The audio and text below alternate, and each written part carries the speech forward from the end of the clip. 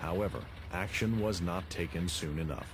2 years later, just before dawn on February 1st, 1996, a freight train neared the summit of the Cajon Pass.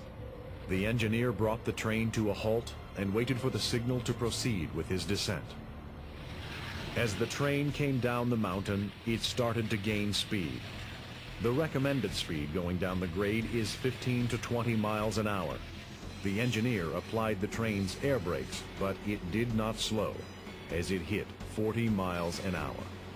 He continued to apply pressure to the brakes. Nothing slowed the train. It reached nearly 65 miles per hour when it hit a sharp curve. The train hurtled from the rails and exploded into a fireball.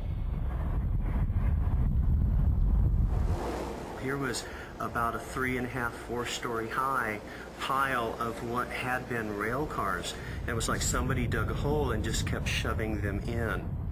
And they were sitting there all helter-skelter in this pile, and the fire was just phenomenal. I've seen very few fires that looked as incredible as this one.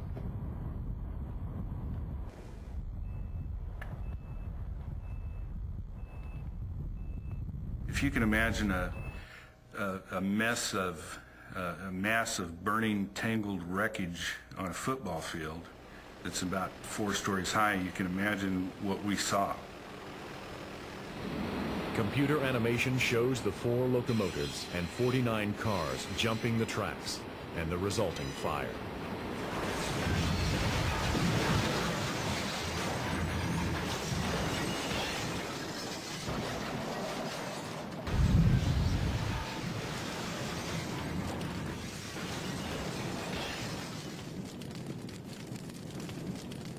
Toxic chemicals spewed from the burning wreck.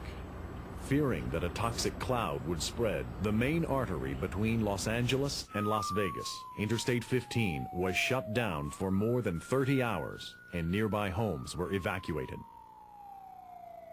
We obviously didn't want anybody driving through that cloud in case there was some very toxic or poisonous properties in the smoke.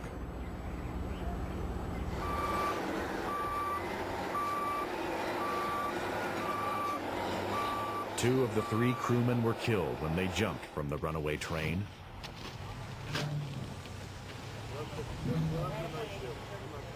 One of the victims was the brakeman, Kevin Williams, who died upon impact.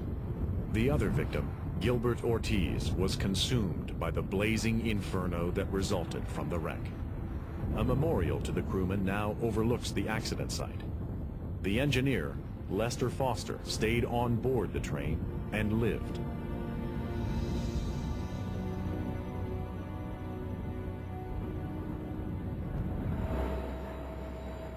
An investigation by the National Transportation Safety Board determined that the probable cause of the accident was a blocked brake hose. A train's brakes are applied using air that is pumped the length of the train. If one of the air hoses is blocked, the air pressure can't get through, and all the cars behind the obstruction are left without brakes.